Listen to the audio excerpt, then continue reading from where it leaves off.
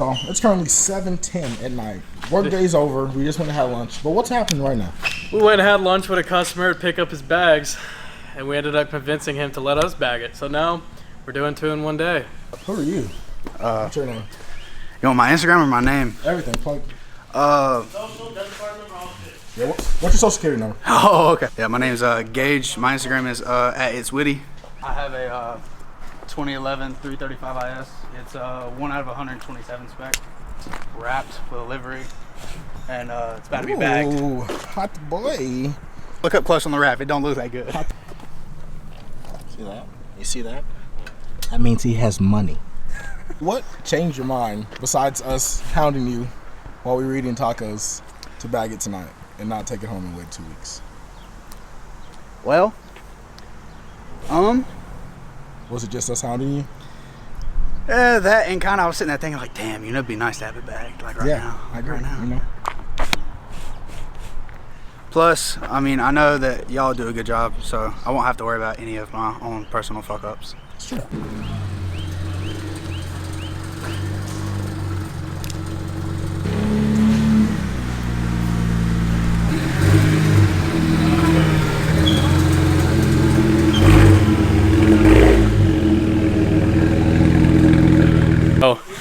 When we first moved into this shop, we started putting random bottles of Smirnoff Ice all around the shop.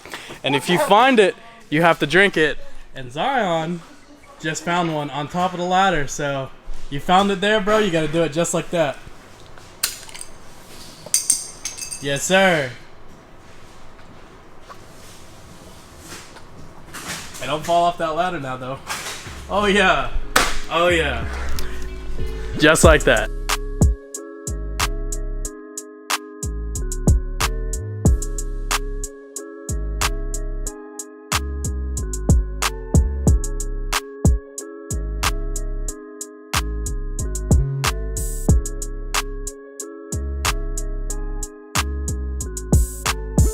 So, we are back with another install video. Shout out to PSI for making all this happen. Plug. So basically we had this guy, he's from North Carolina. He bought his bags not too long ago, and he was gonna get us to install them. And then he was like, nah, I kinda wanna do it myself. He came to pick up his bags today. Well, when he got here, we were all about to go eat, so he came with us to go eat because we know him. And when we got out to eat with him, we kinda just were like, yo, you should just leave your car here. Wouldn't that be crazy? Well, we talked him into it, so he decided to leave his car here because he knows once it's done out of here, he's not gonna have no problems. So here we are. We've already done a bag install today, once on that Genesis right there. It's just aired up, check for leaks because you know we're diligent with our work. But yeah, it's 6 o'clock. We're doing another fucking bag install. So we're here. We're gonna knock this out today, get it done today, and he'll pick it up tomorrow. So yeah, let's do it. All right. So this is how you bag a 2008 BMW 335 IS. Your first step, you plug it in. Now that completes your bag install for a 2008 BMW 335 IS. So I'm gonna have to figure out how to route all this foolery around his sub so that it's out of the way, it's not noticeable, all that good stuff.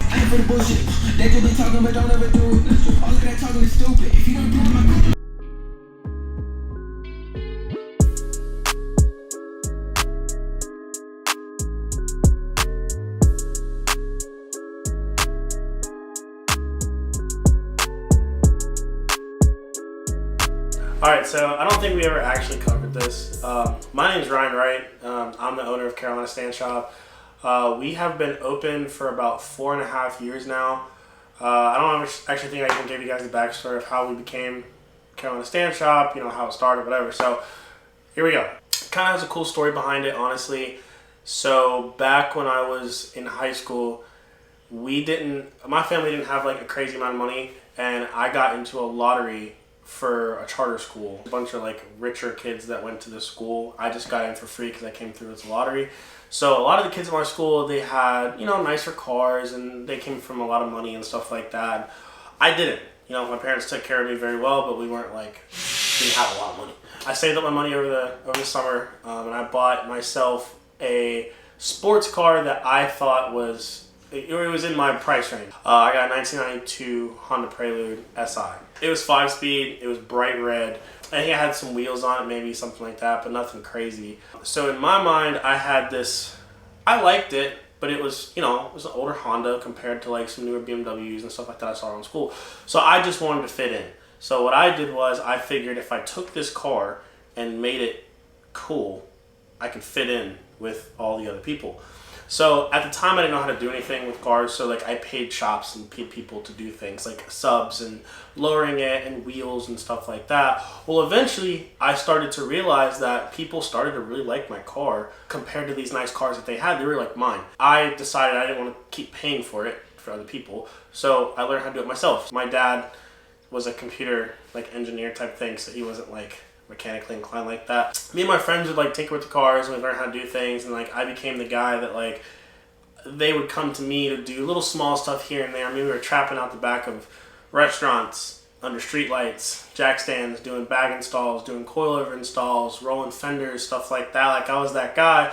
I just never had like a place to do it. I started working at this rim repair shop right after I got out of high school, and Mike Clark, the guy that owned it, that dude taught me like everything I know after that, like kind of like formed me or molded me, I guess, more in like the business aspect of things. I helped him run like the business side of stuff. Like I did some of the books and stuff like that. So that's where I learned a lot of that stuff.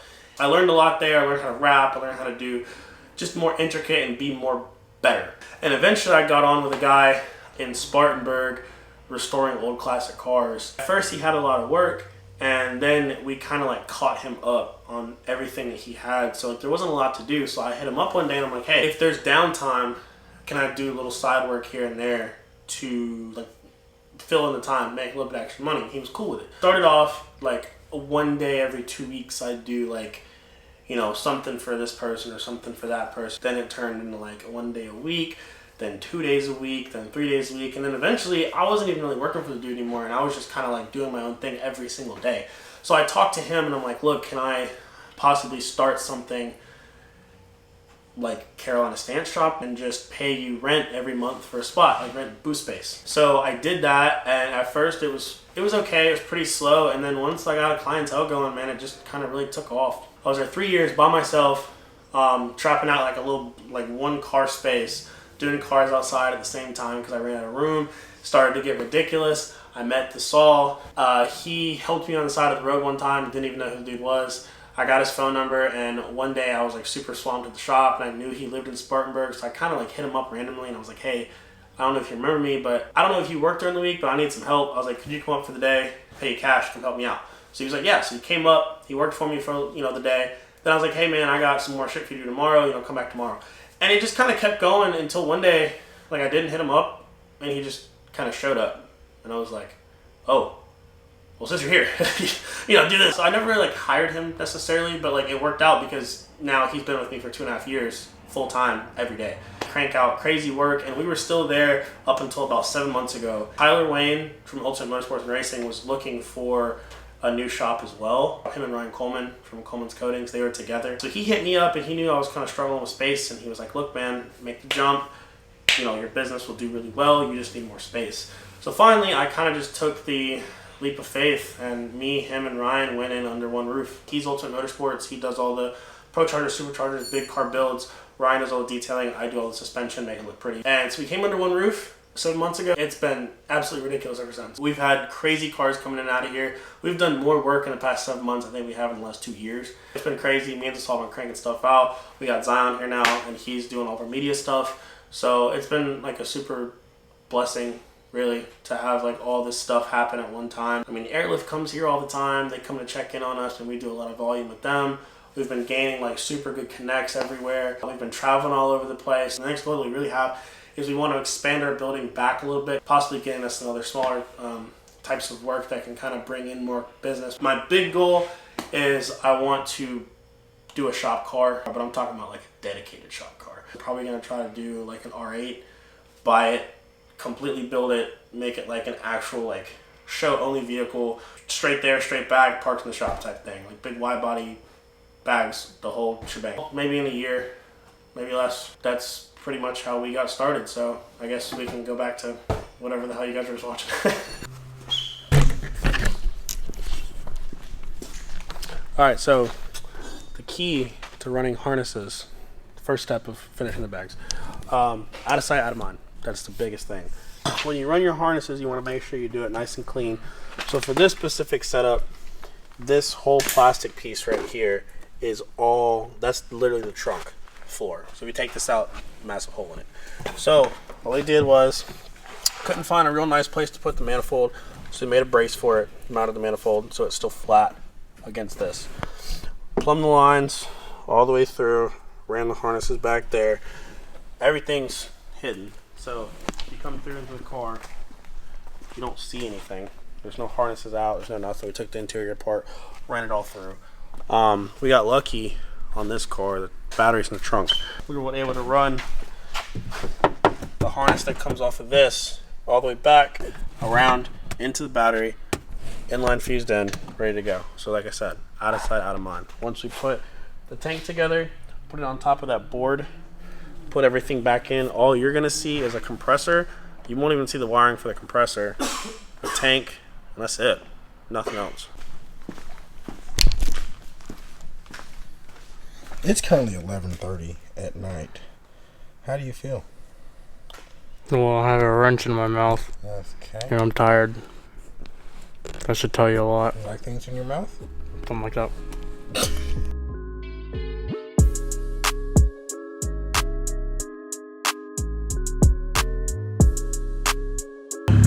This wraps up the second install we've done today. Like I said before, homie came here to pick him up, decided to leave the car and let's install it. So we were like, you know, fuck it, we'll go ahead and do it today. So we started this car like 7, 8 o'clock, 12 maybe. The sub back there. I thought you said it's 12:30, no, it's 2 a.m. Oh, we were wrong. 2 a.m.? Oh yeah, it was 2 a.m. Oh, it's 2 a.m. Anyways, well, we retained his sub. Made him a nice little, like, clean, basic install for the day. He's gonna come back and we're gonna do flooring. You know, maybe do something with his sub. But for right now, this is just a good start for him. This is what he wanted. But I mean,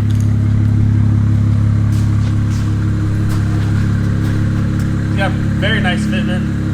He was static beforehand, obviously, but you know, better to limp front. He's tucking a little bit in the rear, but the toe is also off. So by the time they adjust the toe tomorrow at the alignment shop, it should be squared away and good to go. We thought we were gonna have to play with the fitment, but honestly, I think this is pretty solid, especially because he doesn't have crazy stretch. This is about as best it's gonna get. But yeah, this is PSI struts, airlift 3P management, 1/4 inch lines, 4-gallon tank, single compressor. He wanted the car done before Charleston. He still got 2 weeks. It only took us a day. So once again, we're doing not only 1-day installs, but 2 cars in 1-day installs. And yeah, that's it. So, you know, like I said, last time you guys said you wanted to see another install. So on this video, whatever you guys want to see next time, just let us know in the comments. But yeah, we'll see you guys next time.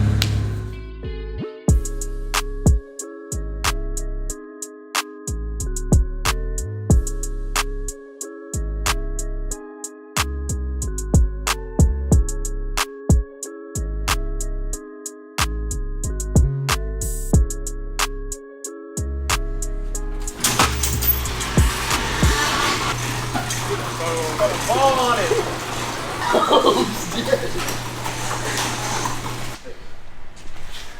Damn! Yo, this is sick. That's good. You like it? Hell yeah, I like it. Damn.